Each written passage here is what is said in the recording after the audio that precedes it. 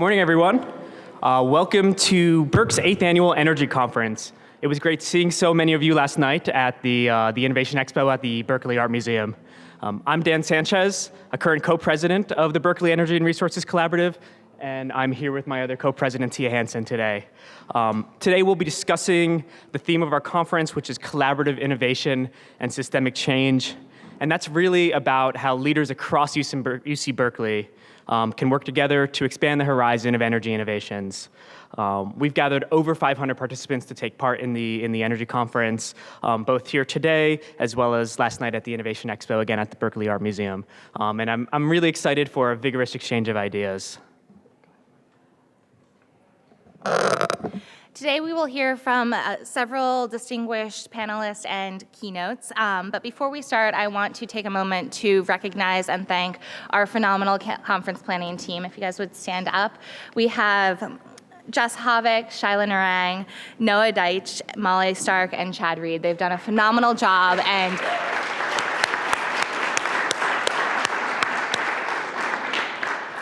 they've really worked hard since December to make this day possible, so feel free to grab them if you have any questions. So today we're going to hear not only through panels, we have panels on the future of fossil fuels, on commercialization, on sustainable cities, and on energy access. We're also going to hear from several distinguished keynotes, as well as having an afternoon plenary. You can find all of the information you need about where these panels are, about who's speaking on them, about speaker bios, about our sponsors, on the BERC Energy Summit app. And so I have my phone here for a reason. It's really easy to get, and we want all of you to have it. If you search in any app store for BERC, you will find the 2014 Energy Summit app. We're doing a lot of different things with that today. As I mentioned before, it has all the information you need about the panels and about locations. You should also create a public profile and use the activity feed to post pictures, to post questions, to find other people who are attending. We have a leaderboard for whoever takes part the most. I think I'm in second place right now. We have also designated a hashtag for the summit, which is just hashtag BERC Summit. You can use that on any social media platform. Please, I think we can use social media today as well as the BERC app to really kind of deepen the conversation and just exchange more ideas. If you have any questions throughout the conference, please grab a volunteer. They are people that are wearing gray t-shirts that say BERC on them. You probably saw them as you were checking in. So if you have a question, if you need anything addressed, grab a BERC volunteer. And just the last logistical note, we're doing question and answer for the keynotes as well as for the plenary session using the app. So again, make sure you download it. Through the activity feed, you can click on the top right corner and just post a question right there on the activity feed. We'll be monitoring them, and just to kind of streamline the questions, we'll be passing them along to the keynotes and for the plenary panel. That's probably the last logistical note. Thank you, Dan. It's my pleasure to introduce our first speaker of the day, Governor Granholm. From 2003 to 2011, Jennifer Granholm served as governor of the great state of Michigan. During her tenure, she pioneered clean energy policies, working with both businesses and policymakers to create new economic opportunities for Michigan. We are lucky and privileged to have her now as part of the Berkeley community, where she is serving as a distinguished professor and senior research fellow. So please join me in welcoming Governor Jennifer Granholm.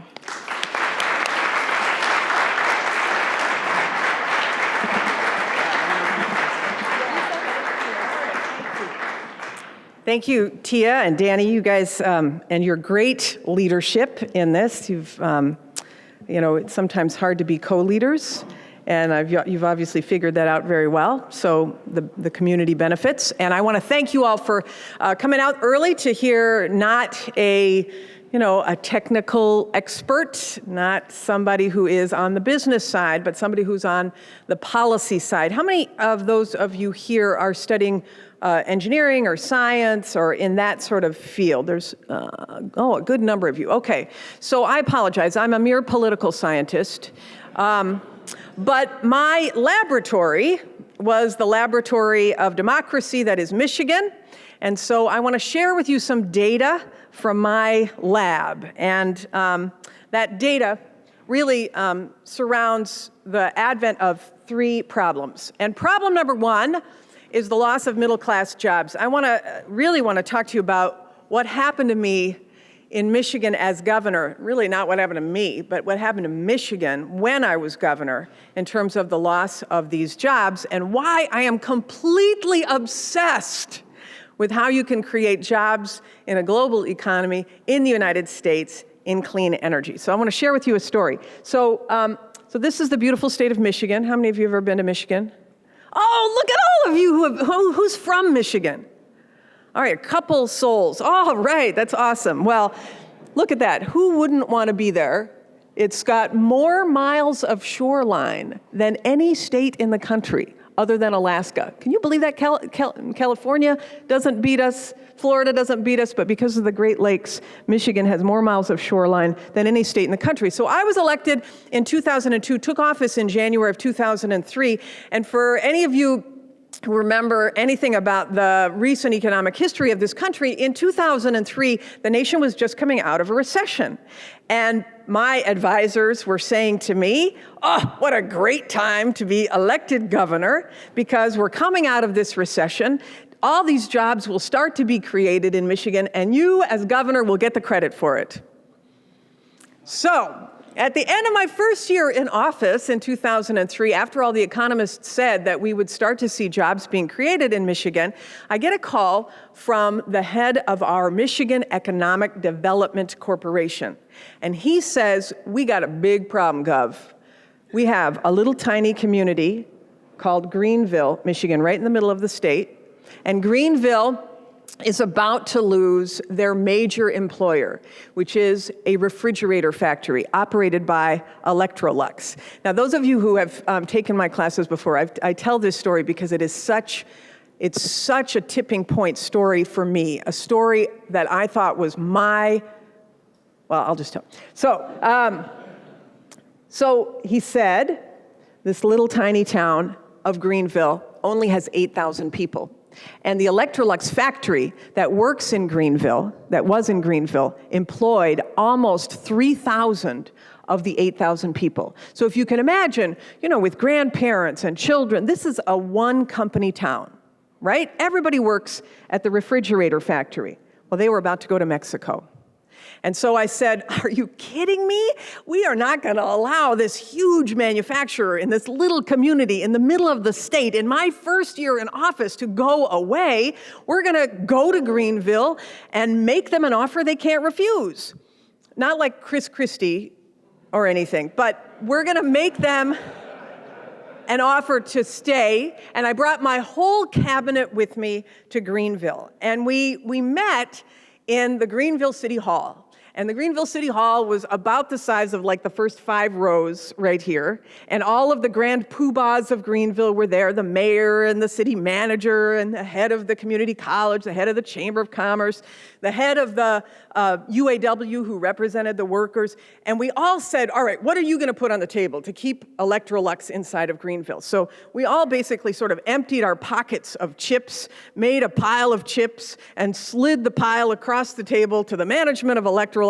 And in the pile of chips were things like 0 state and local taxes for 20 years, or we would help to build them an entire new factory, because as you can see, the factory was getting kind of old. We would help to finance that. And the UAW was going to put such a huge amount of concessions on the table. They didn't want anyone else to know because they didn't want others to ask for the same level of concessions, but they were so desperate to keep these jobs in Greenville. Well, the management of Electrolux took our list of incentives and they went outside the room for 17 minutes. And they came back in and they said, wow, this is the most aggressive any community has ever been in trying to keep jobs in their community. But there's nothing you can do to compensate for the fact that we can pay $1.57 an hour in Juarez, Mexico. And so we're going. And so this is a guy leaving on the last day. This is a picture of the factory being blown up, which was like a nuclear bomb that descended over the community And this is a picture of the new facility in Juarez, Mexico. And when on the last day, or the last month, that the last refrigerator came off the assembly line, these employees had this gathering that they called the Last Supper. It was at this big pavilion in Greenville. And I went to this Last Supper, even though I was not invited, because I was still obsessed with the fact that he said to me and to us, there's nothing you can do to keep us from going, nothing. And I went into the room, and it was in a very large indoor pavilion, bigger than this room, and there were 1,000 people in there, all eating out of box lunches around 8 top tables. And I went up to the first table, and this guy stands up right away, and he has his daughter stand up. And he's got his hair in a ponytail and his tiger cap on, his tattoos, and he says to me, he says, "Governor," he says, "these are my 2 daughters." He said, "I want you to know that I have worked in this factory for 30 years. I'm 48 years old. I went from high school to factory. And my father worked in this factory. My grandfather worked in this factory. And all I know," he said, "is how to make refrigerators." And he looks at his daughters, and he puts his hand on his chest like this. And he says, "So, Governor, I want you to tell me, who is ever going to hire me? Who is ever going to hire me?"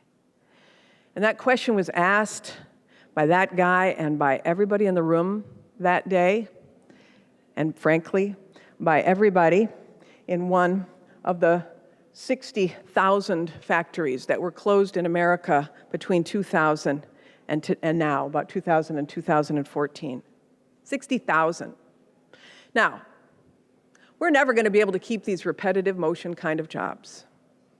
But the kicker is, we're not even trying to keep the advanced jobs in this country. So this is what obsesses me. In fact, there was a study that was recently done by a Nobel Prize-winning economist named Michael Spence, where he evaluated the structural changes in the nation's economy. And he found all of those arrows that are going up are the jobs that were increased between 1990 and 2008. All of those jobs are in the services sector. The downward arrows are all the jobs in the manufacturing sector. And so he discovered that 97% of the jobs created between 1998 and 2008, 97% were in the services sector. We talk about the hollowing out of the middle class. Services jobs generally are lower paying. This is where the hollowing out of the middle class has occurred. It's the loss of the tradable goods sector, the manufacturing sector in this country. 97%. That's the first problem from my lab. Second problem you're all well aware of, problem you're here for today, is climate change. I don't have to say any of this. Between people who are interested in this, which is smaller than it should be, and the priorities of people, we have a little bit of a conflict. In fact, the Pew Charitable Trust does a study every single year about Americans' priorities. And this is a problem, because every year, the top priorities are always jobs in the economy. The bottom priorities are global warming, climate change, et cetera. It's happened for years and years. The public is still not there unless it's framed as jobs. That's problem number 2. Problem number 3 is Congress. So, how many of you have seen these polls that are relentless, talking about how bad Congress's approval rating is, right? How low can it go? Yesterday, there was just another one out. It's so boring. So this polling group called Public Policy Polling, decided we are tired of just gauging the relative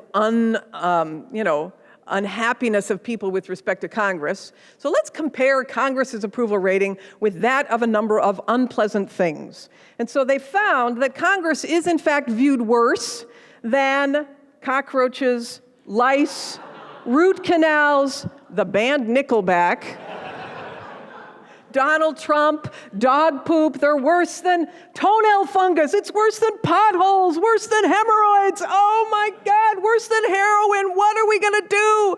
Well, the good news is that at least Congress's approval rating was better than meth labs, Charles Manson, and gonorrhea. And I know you're happy I didn't show a picture of gonorrhea. But the question for us is, given these three problems, what are we going to do about getting something done on climate and jobs in America? What can we do? So in a rational world, we would convince Congress to invest in creating clean energy policy and an infrastructure bank and investing in industrial clusters in a rational world. But this is not a rational Congress, so what can we do? I say, keep calm and go around. Let's go around Congress. Who needs them anyway? So I think it's time, we talk about disruptive policy in the Bay Area, technology in the Bay Area all the time. Let's talk about disruptive policy. So this is my question to you, smarty pantses out there, any of you who followed tech policy. What was the Obama administration's most successful, effective policy that caused massive voluntary changes across the country? Voluntary changes. So don't say the Health Care Act. What was it? No, not fuel economy standards, because that was just done from Washington. What? Not retrofitting. Get out of the energy space. Education. You know what it was? It was race to the top. Why is this? Because 48 states competed in this competition, and 48 governors convinced 48 state legislatures to essentially raise their high school standards to a college prep curriculum. What did the administration do to get all these states to do it? Well, they didn't adopt a federal policy mandating it. What they said was, we will put a little pot of money on the table, $4.5 billion. You may sound like a lot, but it's actually 0.1% of federal spending. So they put this money on the table, and they said, governors, if you want to compete for that money, you just have to raise your high school standards. And that's the price to enter the competition. That doesn't even guarantee that you win anything. 48 states competed.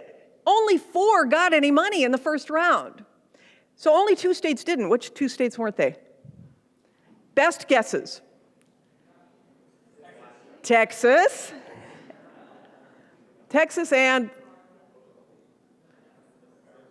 South Carolina. Texas and South Carolina were the 2 states that did not participate, but every other one did. So, what you effectively did was created a national policy from the bottom up. So, what a moment for us to think about. What could this look like in the energy space? Could you see a new progressive federalism? Federalism, has been viewed in a very negative way by the progressive community because, of course, states' rights meant that there was an awful lot of, anti-voting, Jim Crow, defense of racist policies. But what if there was a new progressive economic federalism, which really empowered and encouraged the states to act? What if you had distributed policy strategies instead of just distributed generation, or in addition to distributed generation? What if you encouraged the states? So if not Congress, who could stoke this by the states? You might look at something like Silicon Valley. I was telling a group right before this, I don't know if any of the business students who I met with were here, but this is my fantasy.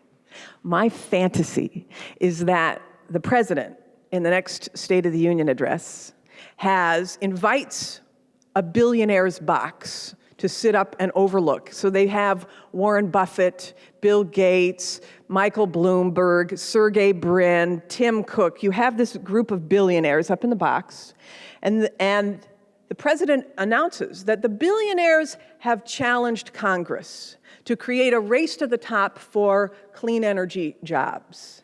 And the challenge is that they will put in $3 for every $1 that Congress puts in to get a pot that's roughly equivalent to the pot that was for the race to the top for education. And then the states have the opportunity to compete for that pot. And the states could say, you would say, the price to enter is that every state has to have a renewable portfolio standard equivalent to what the president wanted on a national level. So 80% by 2030, broadly defined.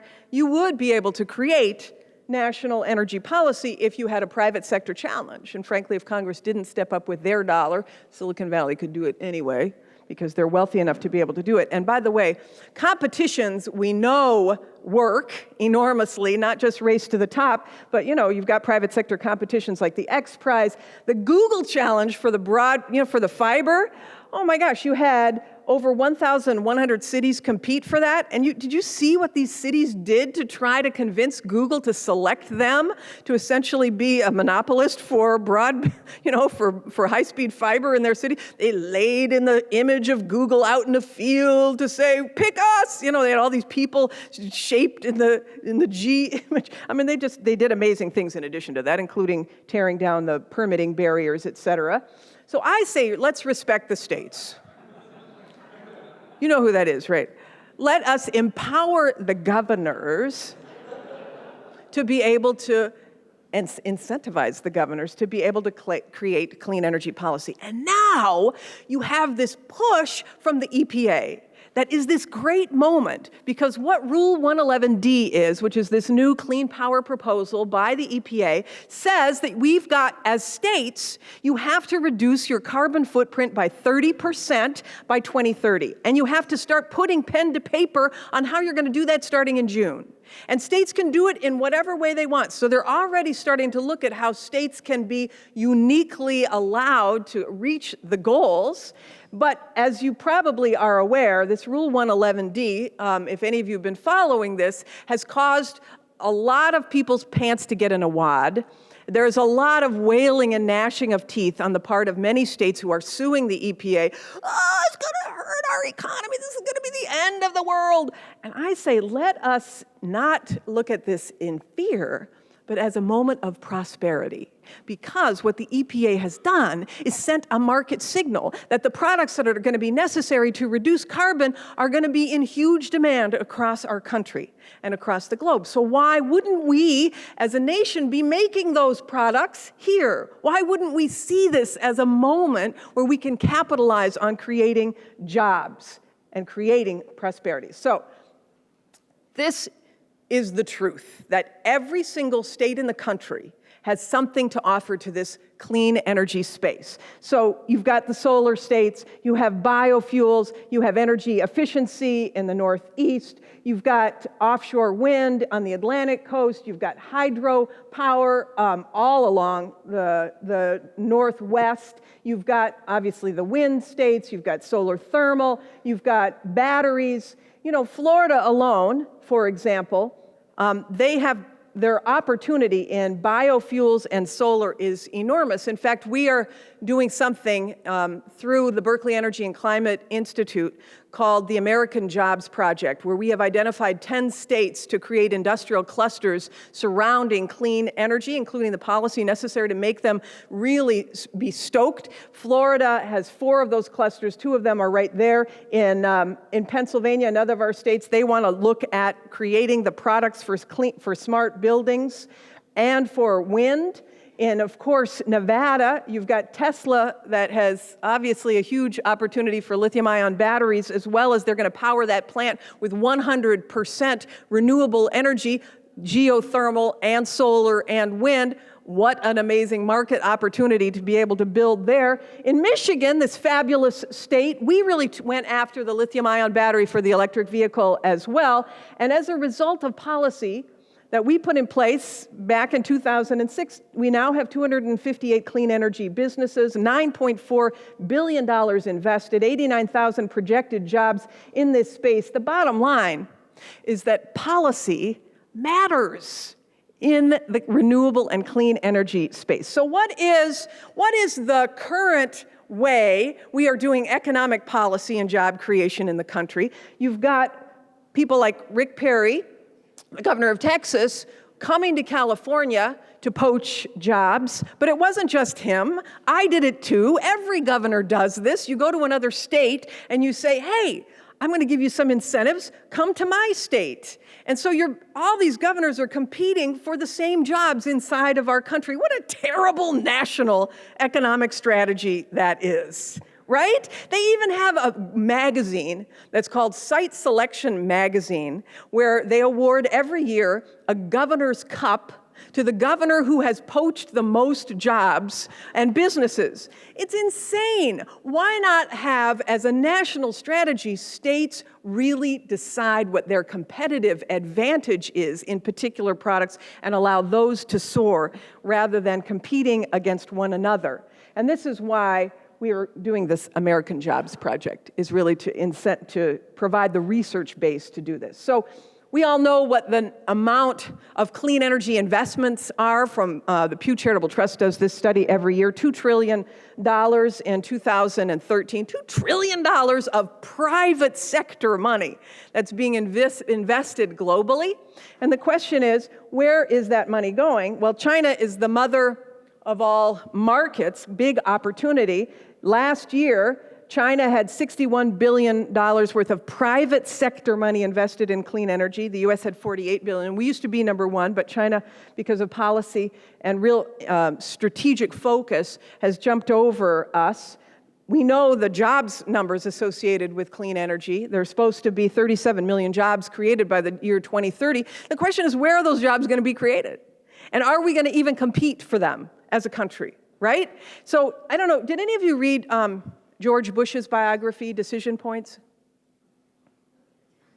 Nobody? Okay, well, I read it, and in it, he tells a story about what he used to ask world leaders to break the ice. And the story he used to ask, or the question he used to ask, was this. He used to say to world leaders, hey, what keeps you up at night? And of course, what kept him up at night was the fear of terrorism, right?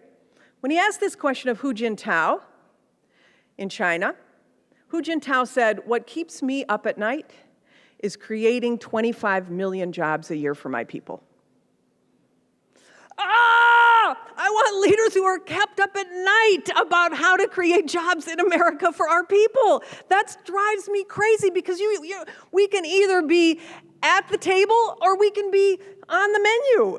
And I don't know about you, but I want to know who can ensure that we are not on the menu. Who is going to create good jobs and reduce our carbon footprint? Who can challenge the governors to be able to create clean energy jobs? Who's going to save our planet from death and destruction?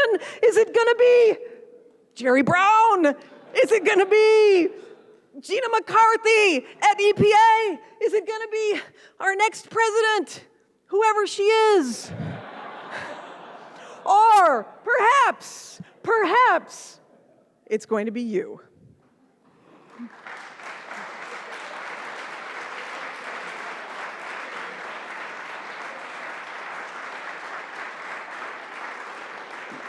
Now, I know we're going to do some questions, right? All right, awesome. Who's doing it?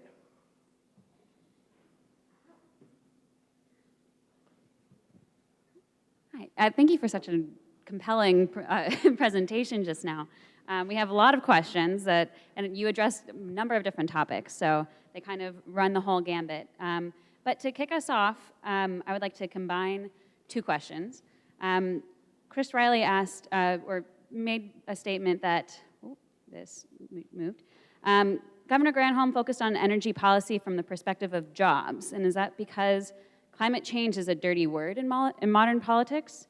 And to kind of build off of that, Jess Havik asked, education isn't nearly as controversial as clean energy, and would 48 states really compete in this clean tech challenge? And how would you convince them if it isn't climate change that they're fighting for? Okay, so this is why, oh my gosh, that's probably some Republicans putting, just kidding. My dad's a Republican. I love good Republicans. The issue about what language you use is really important. This is why I put up that Pew poll. People are not, they don't care about climate change so much. Some of you, you guys do, but the average soul out there in America just doesn't. So why don't spend a huge amount of time on that argument? Spend a huge amount of time on the argument that people care about. This would be what I say from a political point of view. The argument that wins every time, hands down, is jobs and economic opportunity. And by the way, you can address climate as well. So let's focus on the argument that is a winning argument in America and get national energy policy that achieves the goal we all want to see too. You can have it be a win-win. And you know, there was this great article in The Atlantic last month which talked about how people view climate change and what are the effective things. You know, people, when they hear, yeah, the oceans are rising and in 100 years, you know, it's going to rise a foot or whatever, people are like, you know, in many states, cold states, climate change, global warming, they're like, oh, great. You know, so it's very simplistic, but I'm telling you, you would waste a huge amount of psychic energy arguing on that side when you can get it much more easily talking about jobs. And so that's why I say that. You know, education is really popular, but jobs is even more popular. And so if you had a clean energy jobs race to the top, I think you would see all these governors participating because they know their industries inside of their states will benefit by creating demand for those products. All of these governors want to see manufacturing in their states. All of these governors want to see middle-class jobs in their state. It is the primary driver of their existence. I'm just telling you. And it's not just because I was the governor of a state where the auto industry went bankrupt and jobs was the -- and still is the #1 on everybody's list. It is true in all states. They are focused on jobs and creating opportunity for their people. This is the mother of all opportunities, this clean energy sector. That is why you can have a win-win, but focus it on jobs.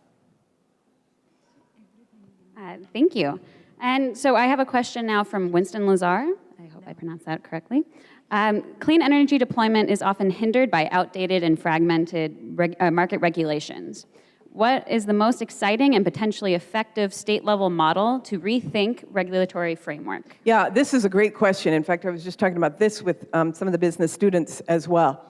Actually, I think the most exciting model is not in the US, but it's in British Columbia. British Columbia has adopted, for those of you who aren't aware, a fee and dividend system where they put a price on carbon, but they have required that the price, the revenue that's generated as a result of that price on carbon, be rebated back to people and to businesses who are reducing their footprint. So you've got both a carrot and a stick. And in fact, the minister who oversees this, according to the British Columbia law, I don't know if it's a criminal offense. I think it even may be a criminal offense if any of the money is siphoned off, even a penny is siphoned off to the general fund and not refunded to the people. It is an enormously, it was, I'm sure, very controversial when it was adopted, but it's now become enormously popular because citizens get a check back, businesses get a check back. I'm just saying, those kind of global policies where you can see some best practices, that's what we're looking at the American Jobs Project. We want to be able to identify what can create jobs and what policies can have good impact that the business community can buy into. Excellent. Thank you. And I have a question now from Alex Chun, who asks, if we can't depend on Congress, who is going to make this challenge happen? And if it is at all national policy driven, then how do we stop the obstructionist Congress from intervening? Yeah, that's, this really is the gist of my presentation, is that I think if we can go around Congress, we should. The nice thing about this race to the top concept, and it doesn't, jobs are an incentive in and of themselves. So this American Jobs Project that we are doing the research on is providing every state a jobs number. If they adopt policies, these jobs will be created. We're identifying these industrial clusters, et cetera. That's some incentive, and we're hopeful that it's enough. But if you had a private sector challenge to the governors, if you had a Google challenge to the governors would do backflips to be able to have a piece of that, even more than Congress. If you had, if you had them banding together to do this, and they all care about this, they say they all want to have, data centers. Google does, Facebook does. They want to have data centers that are, run on renewable energy. If they really do, and they challenge the governors, I am just saying, I know you would have not 48, but you would have all 50 governors competing. And by the way, governors, not only are we competitive just sort of generally, the National Governors Association has a meeting twice a year, and we all, get around the table, and we're all like, I got that, business from you guys. I got that business. We're always like jockeying for this. So if you had a pie that was enabling us not to have to go poach from one state to another, that would just be such a win for the country. So going around Congress, I think, is strategy number one, or at least shaming Congress to put some money in would be strategy number one. Number two would be going around them entirely. And three, I would say that Congress, even the most conservative members, really appreciate efforts to allow the governors to have the freedom to do stuff, to allow the governors to decide whether to opt in or not, to allow the governors to fashion a solution that works for them, given their incumbent industries and their resource endowments. So I think that an economic federalism, if you will, would resonate on both sides of the aisle. Excellent. Will Coleman makes an interesting point here. He says that I'm nervous about focusing on jobs over economic growth, mostly because it has been shown that people fear loss twice as much as they value gain. And the existing fossil fuel industries employ many more people than the emerging industries do. We are promising new jobs, and they're threatening the loss of, but at the same time threatening the loss of jobs. And so how do we overcome that fear? Yeah, I would push back a bit on whether the old fossil fuel industries employ many more people than the emerging industries, because the emerging industries are much broader, much more growing, and the fossil fuel industries, in fact, are shrinking. But I do think this is a really important point, and you have to be sensitive to the fact that states, like my Greenville example, there are mining communities in Virginia where real people are employed and have families that are based upon getting a paycheck from a coal company.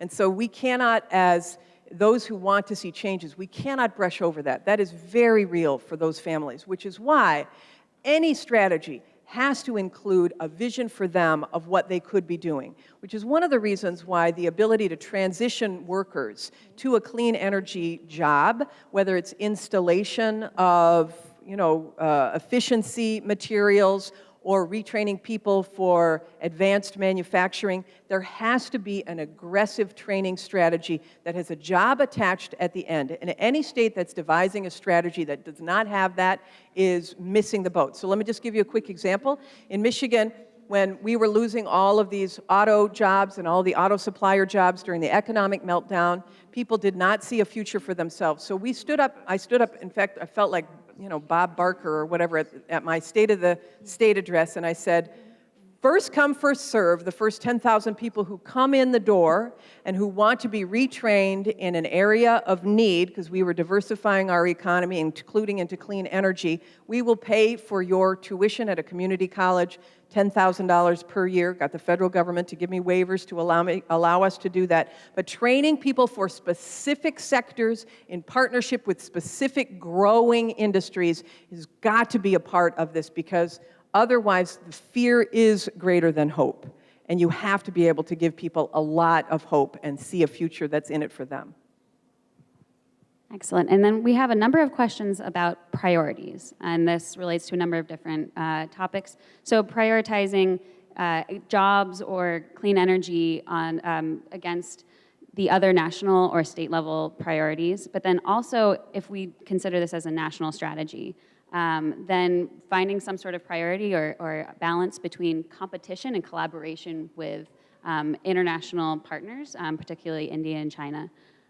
So the international aspect of things, you're seeing an awful lot of states go to other countries, sign memoranda of understanding on shared research, et cetera, shared opportunities, and I think that's great, as long as that MOU doesn't end up sending the manufacturing jobs over there and just keeping the research jobs here. In this moment where you have got a very sophisticated development of clean energy complex clean energy products where you embed hardware and software together, where you've got the Internet of Things, where you've got big data, et cetera. When you need, the greater the complexity of a product, the more likely it is that you'll be able to have a case to manufacture it in the United States or in an advanced industrial nation. And that's really what you want to go for. The opportunity with partnerships overseas is to be able to fill in supply chains with foreign direct investment, invite international companies to come here, learn, et cetera, be able to take and hopefully supply their country with the technology that will help them to reduce their footprint. I also think, though, that trade agreements need to be really clear that we should be trading with countries that have similar standards as us. If you want to be able to have a partnership or to send your products, everybody should be operating on the same level. So we may not be able to get Kyoto again, but we can, or we can't. It doesn't appear that Congress is going to approve any international climate change treaty, but through the trade agreements, you better believe we should be able to have solid environmental standards and require our trading partners to abide by the same rules. So there's an important opportunity there. I do think that this is a moment where you need collaboration both at the international level and at the national level as well, and inside of a state. So blended funding streams, leveraging the private sector, public-private partnerships, creating the triple helix of government, education, and private sector inside of states, incredibly important. Any of you who are interested in going into policy now must know that the world has changed, that government isn't going to be providing everything, but government can help to leverage partners to be able to move everybody down in the same path. And that aspect of collaboration is really important if we are to achieve success in climate, who knows if we have to work on the success part. But just quickly, the first question you asked about jobs versus the environment, it's not versus, it's the same thing. It's the same thing. We cannot be saying either or. It is the same thing. It just gets to the same end in a way that is more palatable to most people across the country. Cool. So to wrap up, I would like to bring us back to your conclusion of your presentation and commenting on education, the role of higher education, and then the role that Berkeley can play in particular. What do you see as our role in moving your plan forward? Well, I see you all as the role. I mean, truly, you all, those of you who are students here, you are at the best public university in the world, right? And you're here because you have these amazing skills. You wouldn't be here were it not for the talents that you have. You've been selected out for some reason, and that some reason, as you all know, or you wouldn't be here today, is not to serve yourself, but to be beyond yourself. And so the incredible abilities of those who are in this room to be able to carry forward, not just obviously the messages that you're going to be hearing throughout this entire conference, and the solutions to be able to solve the biggest problem facing the planet is, it's in your hands. And so my wish for you all is that you go forth and conquer this problem with great zeal and gusto, because we are going to need all hands on deck. Thanks so much.